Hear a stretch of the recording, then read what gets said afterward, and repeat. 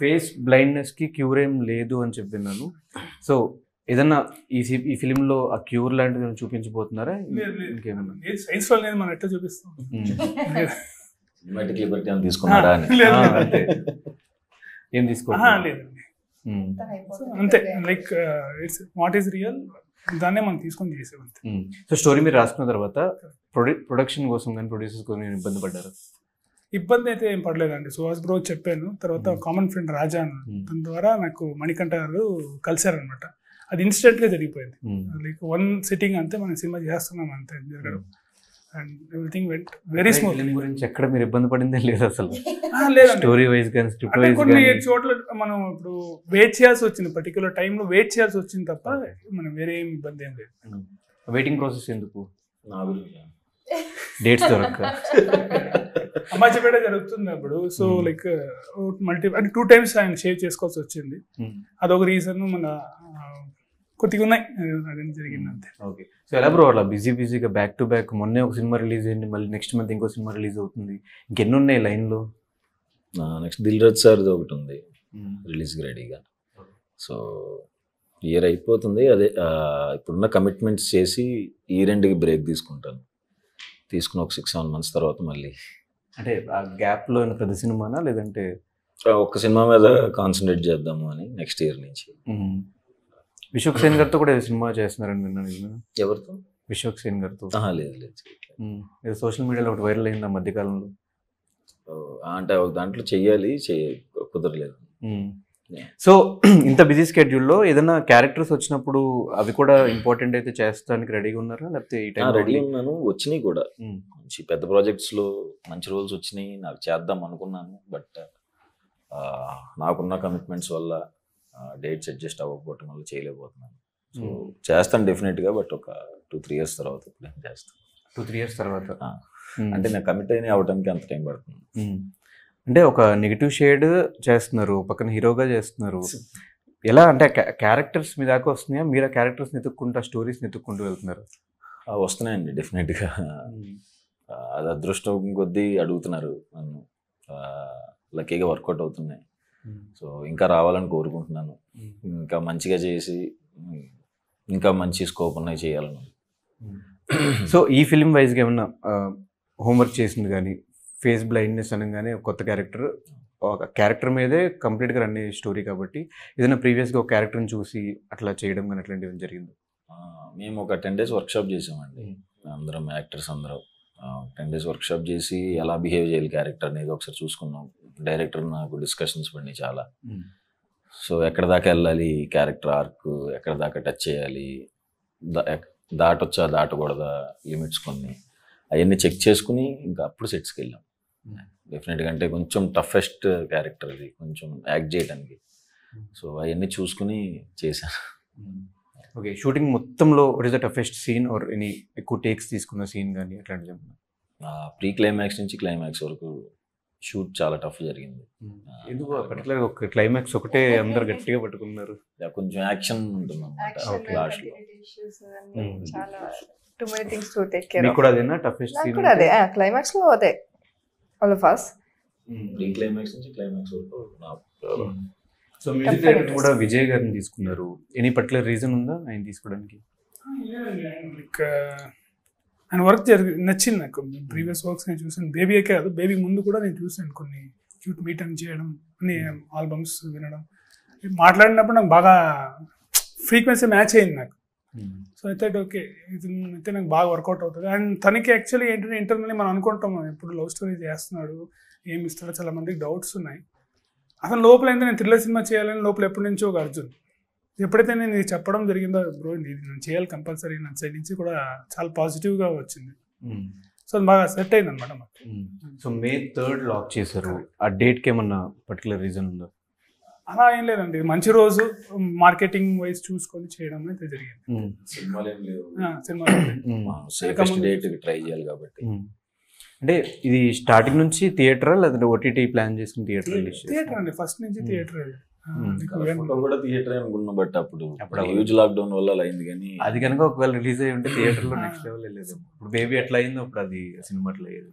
ఏం జరిగినా మంచిగా ఓటీటీకి అసలు ఏది చేయట్లేదు. థియేటర్లో మంచి బిజినెస్ అవుతున్నాయి సినిమాలు, సో థియేటర్ బెస్ట్ కదా. నెక్స్ట్ ఏమన్నా అంటే ఓటీటీస్లో కూడా మీ ఇద్దరు కూడా సినిమాలు చేస్తున్నారు కాబట్టి మళ్ళీ ఓటీటీలో ఏమన్నా ప్రాజెక్ట్స్ చేసే అవకాశాలు ఉన్నాయా? ఫ్యూచర్లో ఏమన్నా రెడీగా ఉన్నాయా? మంచి సబ్జెక్ట్ అయితే డెఫినెట్గా. సో మీరు? Of course, definitely. And OTT is going big right now. A language అయినా, OTT అయినా, థియేట్రికల్ అయినా, అంటే మూవీ ఫార్మాట్లో అయినా, సిరీస్ ఫార్మాట్లో అయినా, if it's a good project I think we should just do it. Next projects ఏంటి? నాకు సత్యభామలో ఒక ఇంపార్టెంట్ రోల్ చేశాను. అది కాకుండా చౌర్యపాఠం అని రిలీజ్కి రెడీగా ఉంది. So all the 3 are releasing simultaneously. మలయాళంలో ఒక ప్రాజెక్ట్ జరుగుతుంది, ఇంకొకటి తెలుగులో ఇప్పుడు లాస్ట్ వీక్ సైన్ చేశాను. It's Telugu and Kannada bilingual. Okay. మీవి నెక్స్ట్ ప్రాజెక్ట్స్ ఏంటి? ఇది కాకుండా మొన్న కూడా పూజ కార్యక్రమం జరిగింది.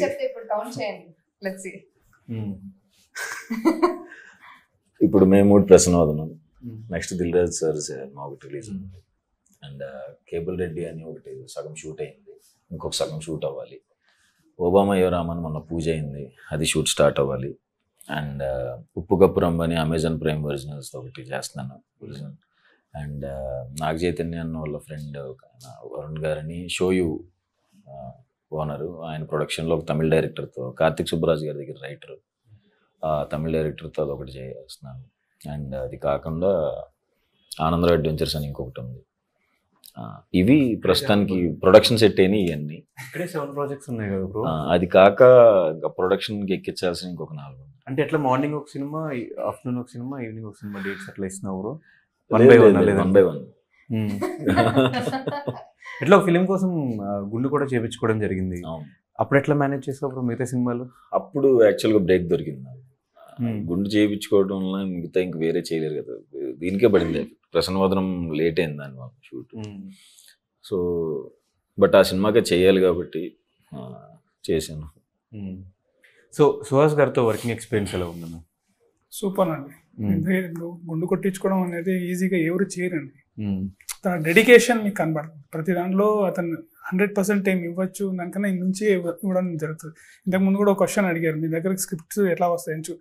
తెలుగు ఇండస్ట్రీలో చాలా తక్కువ మందికి ఫేస్లో నెగిటివ్ పాజిటివ్ అన్ని కామెడీ అన్ని వర్కౌట్ అయ్యే ఫేసెస్ చాలా తక్కువ ఉంది. దాంట్లో సుహాస్ బ్రో జస్ట్ ఎగ్జాక్ట్లీ అది చాలా రేర్ అండి ఇది. And Suhas bro has that quality.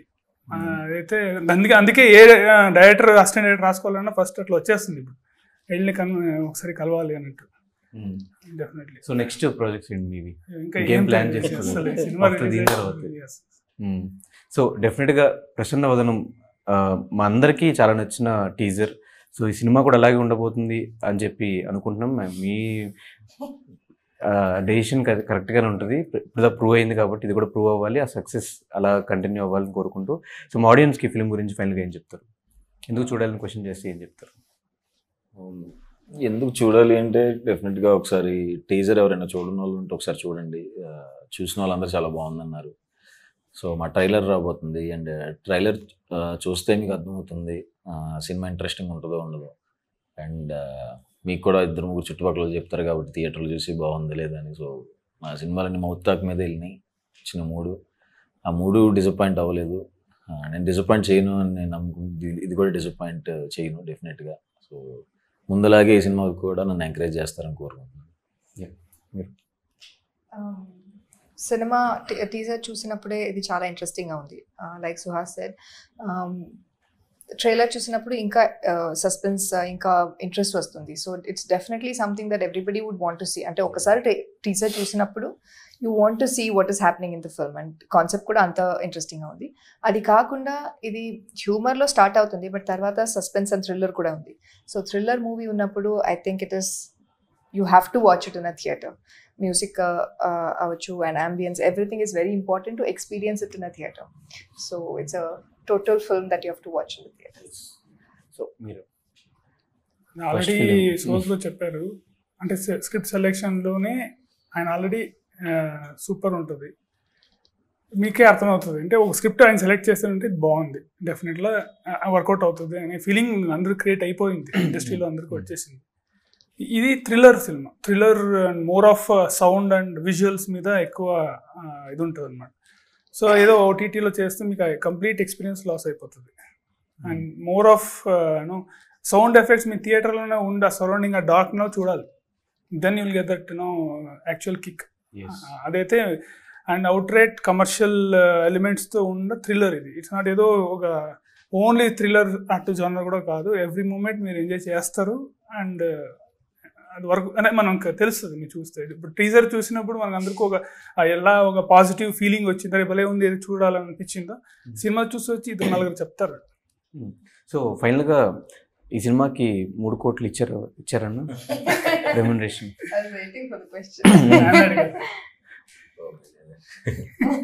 ఇంకా ఇప్పుడే కదా అది జస్ట్ అలా వచ్చింది అంతే. బయట 3 CR అని వైరల్ అవుతుంది. ఇస్తే హ్యాపీసే, బట్ అదంతా పుకార్ అంతే. ఇప్పుడు ఎంత ఉండొచ్చు రెమ్యునరేషన్? మంచిగా సరే ఇప్పుడు వద్దు, కలర్ ఫోటోకి ఎంత తీసుకున్నారు? అప్పుడు చెప్పలేదు కాబట్టి ఇప్పుడు అడుగుతున్నాను. తక్కువ అంటే అప్పుడున్న దానికి అప్పుడు కరెక్ట్గానే ఇచ్చారు రాజేష్ అన్న.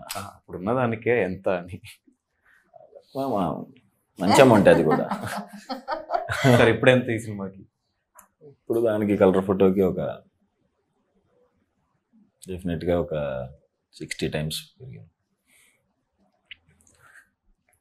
అది చెప్పరు, ఇది చెప్పాలి. చాలా చాలా గట్టిగానే పెరిగింది. దాని తర్వాత ఒకప్పుడు మీ లైఫ్ లో లేనిది ఇప్పుడు మీ లైఫ్ లో ఉన్నది ఏంటి? హ్యాపీనెస్, ఎక్కువ హ్యాపీనెస్ ఎప్పుడూ ఉంది. అప్పుడు ఇంకా ఎక్కువ ఉండేది. అప్పుడే ఎక్కువ ఉండేది. అప్పుడే ఎక్కువ ఉండేది. రెస్పాన్సిబిలిటీస్ లేవు కదా, ఇప్పుడు ఎక్కువ అయిపోయినాయి కదా. నేనేమైతే కావాలనుకున్నానో అవన్నీ ఉన్నాయి కాబట్టి హ్యాపీ.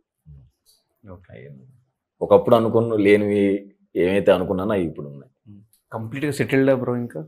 అంతే కదా. హౌస్, కారు అన్నీ. అంటే ఒక షార్ట్ ఫిల్మ్స్ టైంలో ఉన్నప్పుడు డ్రీమ్స్ అందరివి, ఎదగాలి, ఇల్లు కొనుక్కోవాలి, కారు కొనుక్కోవాలి, ఫ్యామిలీని బాగా చూసుకోవాలి. అదే అంటున్నా. అప్పుడు ఇల్లు తీసుకున్నప్పుడు తర్వాత కారు కూడా అంతే పెట్టి తీసుకున్నాను అనమాట. తర్వాత కారు కూడా అదే ప్రైస్లో తీసుకున్నాను. తీసుకుంటే ఇల్లు ఇదే ప్రైస్లో తీసుకున్నావు, కారు బలిసి కొట్టుకుంటున్నారా నువ్వు అంటే మా నాన్న కూర్చోబెట్టి చెప్పాను అనమాట. తీసుకుందాం మెల్లగా, అంటే ఇక్కడ తాగిపోలేదు కదా కెరీర్, ఇంకా సంపాదించాల్సిన చాలా ఉంది. నాకు ఇల్లు కూడా కాదు, ఇది డ్రీమ్, ఇలా కావాలనుకున్నాను, ఇలా కోరుకున్నాను, సో అందుకని కొనుక్కున్నాను. ఓకే రైట్ అండి. సూపర్.